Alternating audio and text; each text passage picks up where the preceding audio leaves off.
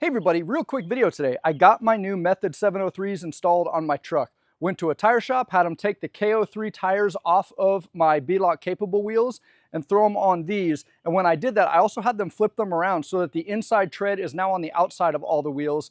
And the reason for that is I think my truck might be a little bit out of alignment because I was noticing some cupping on the inside treads. And I also got a comment on one of my videos, someone that saw some dust on some of the lugs and not on others and said, you might be out of alignment. So he was right. So I had them flip them, but I think I've got another 20,000 miles in these, maybe 15,000 miles. So I'm really happy with these tires, but when it's time to replace them, I may go bigger to 35, may not, but I will definitely go to BF Goodwrench KM3s. They're mud terrain tires. I think they look really cool. Lugs are a little more aggressive. It's going to be noisier. That's a personal preference. I don't mind the noise. I like the look of it. And like I said, may go to 35s, but probably stick with 33s for now until I can do a little bit more, beef up a little bit more on the truck, and then maybe go to 35s, but that's down the road.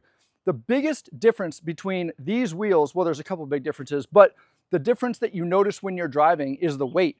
These wheels are 27.4 pounds. The original B-Lock capable wheels are 37.8 pounds. So these are 10.5 pounds lighter per wheel.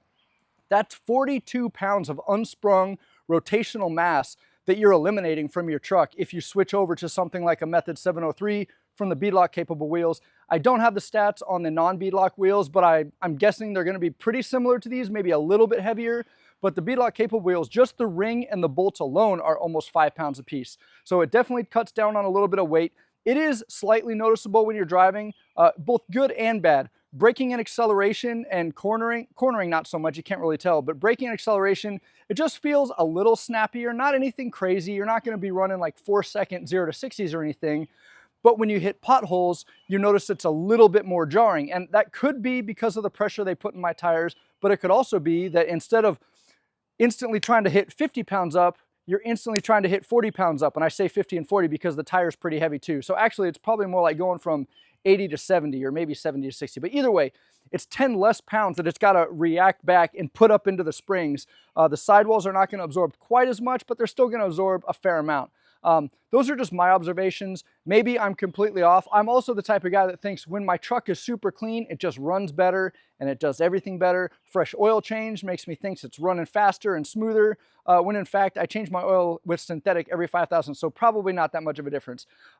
Anyway, I really like them. In case you guys are looking at wheels and tires, there's a couple different places you can go. You can go to like Tire Rack or any of the online stores and put different wheels on your truck on their images and see it. You can also go to ranger6g.org or ranger6g.com, the forums, and they have every wheel and tire combo you can think of, it seems like. Someone has it and they've posted a picture. Just use the search function or just go to the wheel and tire forum and look through there. You can see all the different offsets. In case you're looking, this bolt pattern on all of the Rangers, or at least the Ranger Raptor for sure, is a 6x5.5 lug pattern or 6x139.7. And then it is the stock wheels are a 55, a plus 55 millimeter offset, which means if you're looking down the center of the wheel where it mounts to the hub, plus 55 puts it close to the outside, which means it's sucking the wheel in. So this replacement is a plus 25. So it pushes the wheel out 30 millimeters, which is like 1¼ inches.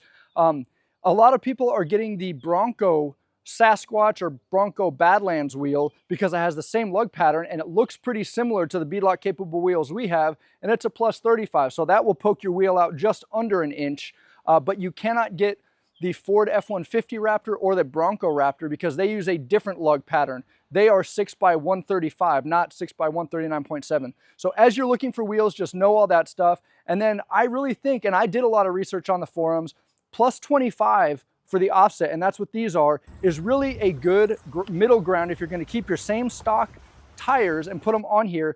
It pokes it out just enough that it looks more aggressive from the front.